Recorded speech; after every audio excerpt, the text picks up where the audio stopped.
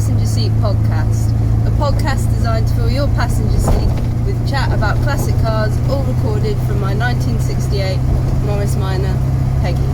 I'm Becca, and today I'm on my way to work, very tired from having gone to the NEC Restoration Show just yesterday. I'm recording this on the Monday, ready for you guys to listen to on the Thursday. So I'm going to tell you about that in today's podcast. My quirk of classic car ownership for you today is how a lot of us know each other through a lot of online means, but haven't had the opportunity to meet up in person for so long. And the NEC Resto Show definitely addressed that for me, as there were so many people that I've recently been in contact with online that I finally got to meet up with at the Resto Show, so that was great.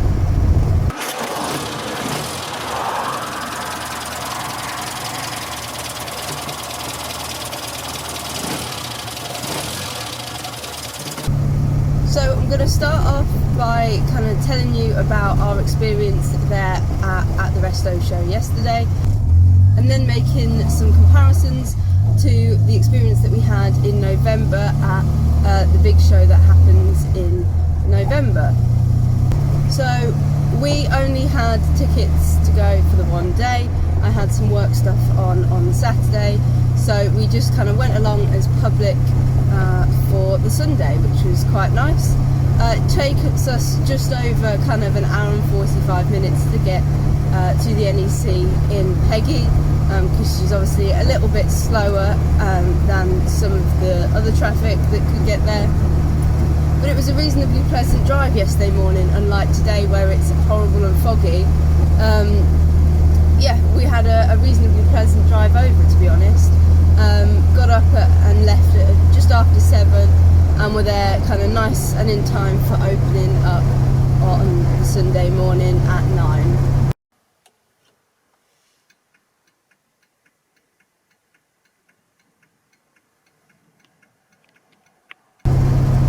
We went in the hall by the auctions and had a nice kind of walk round the hall there, and really started to see kind of some of the differences between this show and the show in November. There was lots of kind of variety in the cars that were there in terms of the kind of state that they were in. Lots of kind of in progress restorations that were either being worked on or were there kind of just to represent how far these people had got at this point.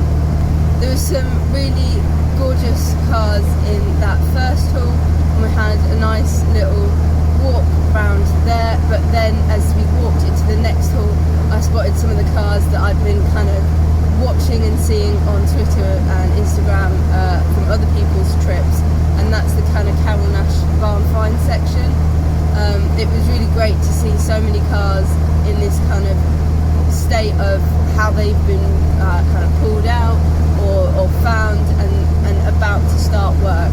And the display there is always really fantastic, with kind of all of the barn find like feel with the hay and tyres and things kind of about the place. There were some really interesting cars there. I really liked the ice cream van that actually became the kind of best barn find award. They won that one, so that was really nice. But I also liked this really, I'm not sure if it was an estate or a hearse, but that was also really interesting to see, and I really quite liked that. I found it quite funny that they had got kind of picnic chairs put in the back of it, as if it was in any state to go to a show and have the picnic chairs whipped out at the back of it.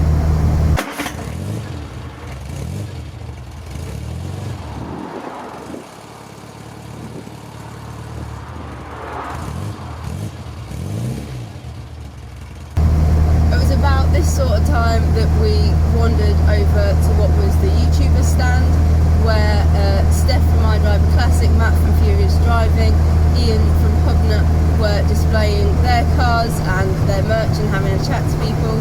So it was nice to have a good chat to them. And at the time, Charlotte Bowden was also there, and that was really a good timing, really, because I've been hoping to catch her, because we'd had obviously the talk about the interview I did for Peggy with her, and we'd had a really nice talk over the call there, but we hadn't ever met in person, so it was nice to kind of chat to her, hear about her experiences of the show and getting to the show, because she had some difficulties getting Frisky to the show, and kind of catch up with her a little bit, and also it was nice to talk cameras with her and Matt as well. So had a bit of a chat with those guys, then carried on wandering through.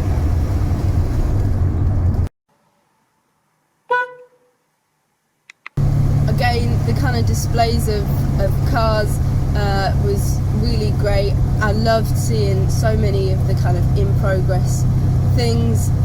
We also had a little amble towards some of the auto jumble. I wasn't really looking for anything in particular, but it's always quite nice to go and have a nosy. Some of the displays are quite interesting of the auto jumble, and it makes for some nice photographs as well, so I'm hoping that when I get my film back from the photos I took there, they came out quite well. But it was quite a large auto jumble. I think a little bit bigger it felt than in November, perhaps because with the theme being kind of restorations and the like, it would be handy to have those sorts of items available. We eventually made it into the third hall of vehicles, and this I think was kind of where the majority of the club stands were, so we were able to kind of see some of the displays that a lot of the clubs were putting on, and there was some really interesting displays of kind of restorations in progress and being worked on, or even just a bit of tinkering. But it was interesting to talk to a few people on a few stands and say that actually, because they hadn't seen so many people for so long at this event, whereas in previous years they'd managed to get quite a lot done on cars, they'd been stopping and talking to people for so much. One guy was working on his frog-eyed Sprite, and all he'd got planned for the weekend was to change the bonnet struts, and we were talking to him about, it must have been about 2-3 o'clock on the Sunday, and all he'd managed to do was kind of get the original bonnet struts off and drill some holes and look for his torch that he'd lost. So it wasn't overly successful in terms of the amount he'd managed to get done. But he'd had some really wonderful conversations with lots of people, and that's certainly something that I'd found as I'd walked around. I'd managed to talk to quite a few different stands and ask them kind of what they were up to, and find some kind of common ground to talk to people, even if it wasn't a car that I know a lot about or I had previously had a lot of interest in.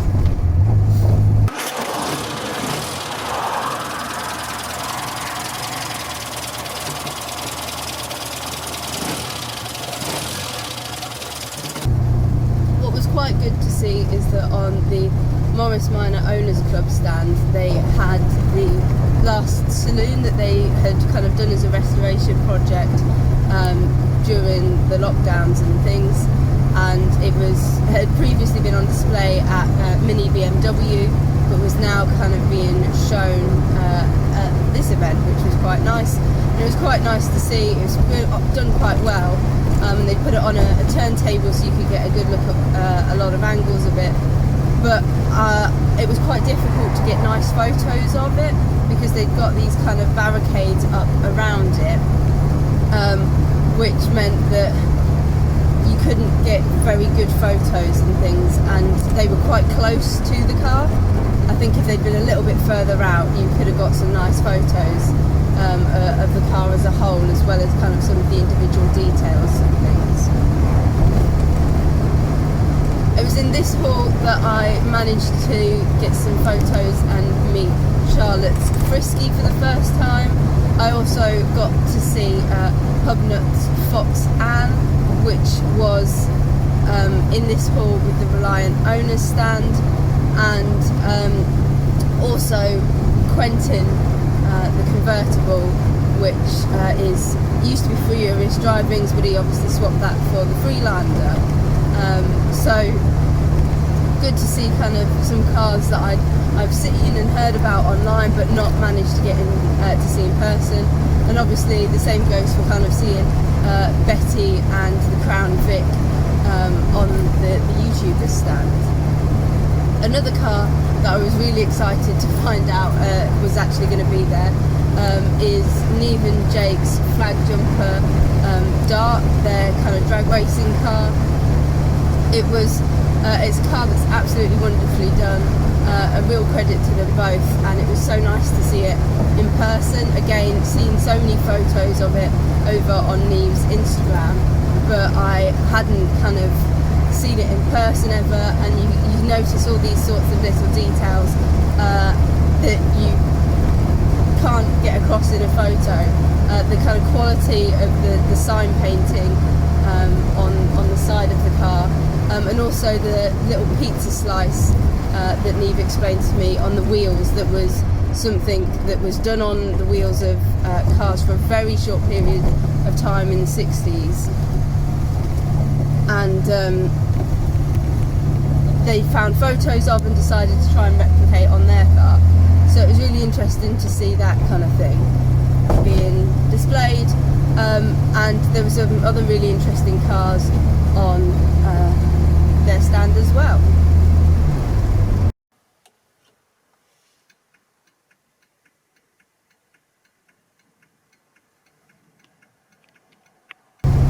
Now we'd managed to kind of walk around and see quite a lot of what we wanted to see by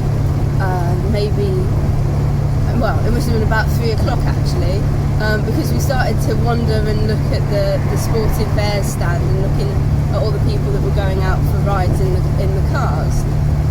So we wandered towards the stand-up part of it and started looking at the kind of cars that were available and the prices and the times,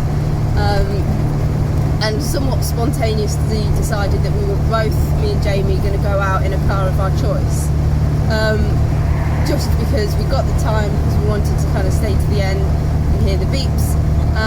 So we thought, well, this would be a good way to use some of our time. So Jamie was really cool and selected the Lotus Europa that was there, and had an absolutely fantastic trip out in that. He really likes the look of a lot of the Lotuses, but we'd never seen one that looked like that, so it was quite interesting. And being as low as it was the only car that they were using that day that could go under the barriers, so that was quite cool. I've developed a real soft spot for Fiat 500s. So when I saw, tucked away in the corner, this gorgeous little Fiat 500 Abarth, from about the same sort of time as Peggy, I thought it'd be quite an interesting comparison, especially as it was wrong-hand driver, so I would be sat in the same position as I would be in Peggy. We had a really lovely drive out, and I managed to get a little bit of kind of footage from my position in the car, but the guy that was driving was really nice, really chatty. We had some really good conversations, and I think Jamie had the same experience.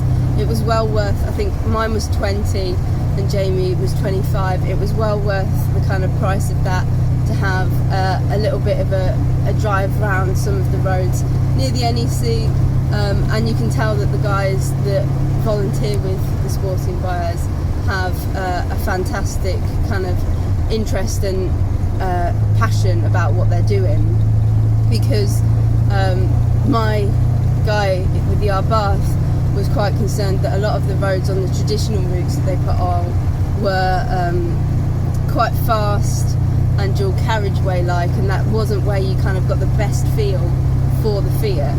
So he'd come up with his own routes in the area for you to kind of get a feel of it on windy country roads and through villages and things like that, which is where a small car like that really feels its best. And it was really such a fantastic experience.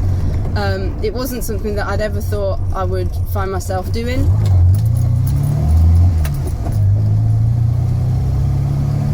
but I really enjoyed it, and I'm glad that we did it. We were both out for about half an hour. You cover about 10 miles on those sorts of trips, so it just depends on kind of how fast the roads are and how fast your car goes. So I went out a little bit before Jamie, and also then got back a little bit after Jamie, just because the Fiat isn't, even as in our Bath, quite as fast as a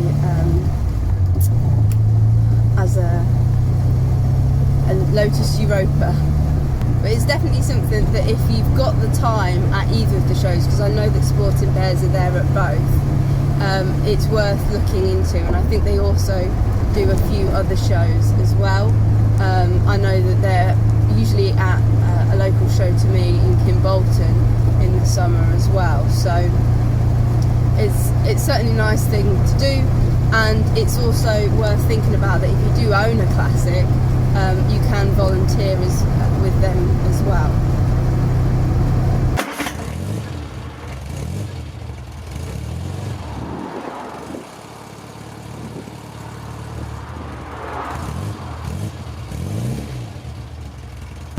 So we got back from our rides, and we decided that we would have a sit down and a hot drink.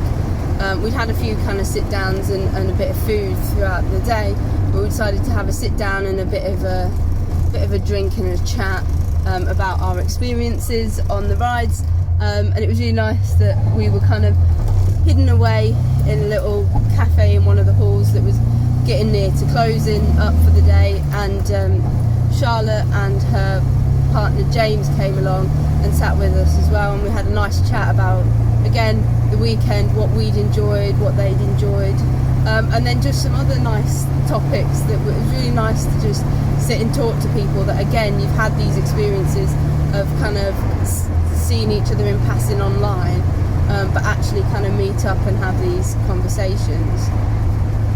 And that led us not far to the kind of end of the day. So we wandered back through some of the halls, took a few more photos. I managed to do the whole of the colour film that I'd taken, and I think I've got about 9 shots left on the black and white film that I'd taken. So really hoping that they turn out all right, because there was some really gorgeous cars there that I really enjoyed trying to take some photos of. And headed back kind of towards the hall at the beginning to kind of stand around and wait for the beeps to start. Sounds ridiculous that we'd waited entirely for that, but it was just a really nice way to kind of finish off the weekend and hear everyone enjoying the last few minutes of a show. So I'll insert the chorus of beeps here, uninterrupted by my talking, and then I'll go on to kind of thinking about the differences between the two shows. The Discovery Class is now closed. Thank you to everyone for joining us.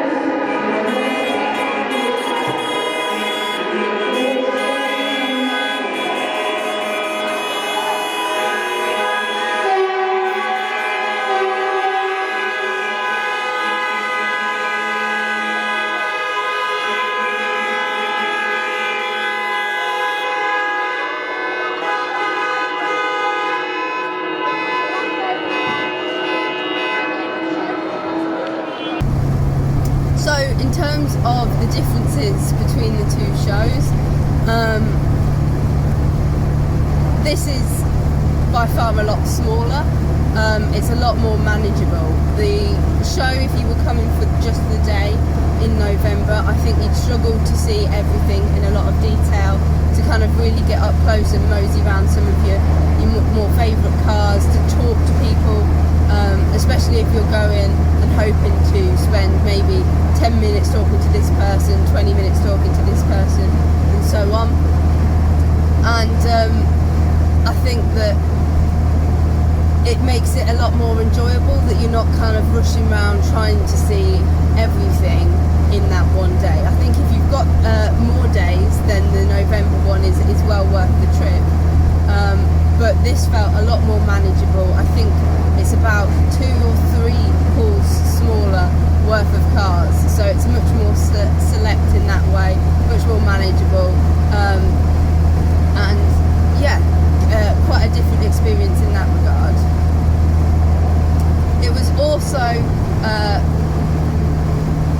quite different in terms of the cars that are displayed. You do get some cars in the kind of November show that are a little bit work in progress, or kind of daily run cars that are a bit loved, like Peggy,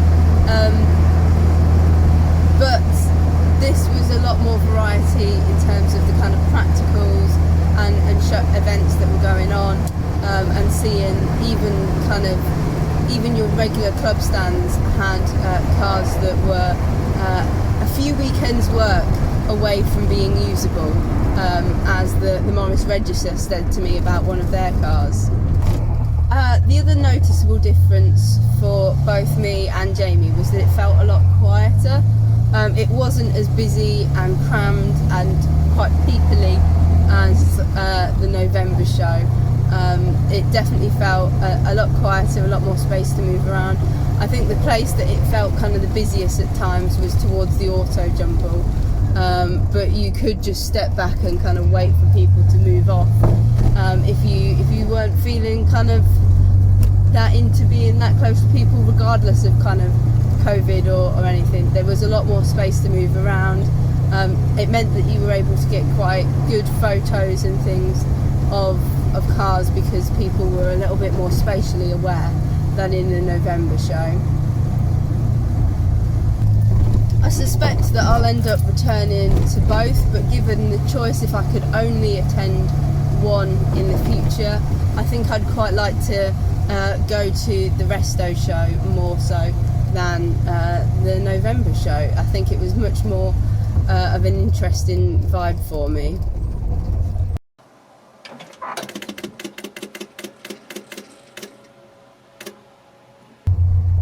So I hope you've enjoyed my kind of summary of the experience of the Resto show, especially if you weren't able to attend yourself this year. You've got an idea of kind of what was going on, and enjoyed some of the footage if you've been watching on YouTube. When the photos all come back from the developers, I'll be sure to be sharing them on my Instagram, Twitter and Facebook, so hop along and find me on there to see some of those and how they turned out. And yeah, thanks ever so much for listening. Drive safely and happy motoring.